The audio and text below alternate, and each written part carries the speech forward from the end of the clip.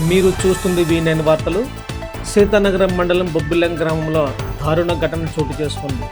ప్రేమించి పెళ్లి చేసుకున్న భార్య లతను ఆమె తల్లి లక్ష్మిని కత్తితో దాడి చేసి హత్య చేసిన సంఘటన స్థానికంగా తీవ్ర కలకలం రేపింది. పోలీసుల వివరాల ప్రకారం కుటుంబ కలహాల కారణంగా కొంతకాలం భార్యాభర్తలు వేరువేరుగా నివసిస్తున్నట్లు తెలుస్తుంది. భార్య లత కొన్నేళ్లుగా కోటికేశ్వరం గ్రామంలో తన చెల్లి ఇంటి వద్ద ఉండగా ఇటీవల మళ్లీ తన తల్లి దగ్గరకు వచ్చి నివసిస్తున్న సమయంలో ఈ ఘటన చోటు చేసుకుంది. గత రాత్రి నిందితుడు సోడదాసు పండు అలియాస్ సీతారామరాజు అక్కడికి వెళ్లి ఇద్దరిపై దాడికి దిగినట్లు సమాచారం. కత్తితో తీవ్రంగా దాడి చేయగా తల్లి కూతురు రక్తపు మడుగుల్లో కొట్టుమిట్టాడుతూ మృతి పోలీసులు తెలిపారు.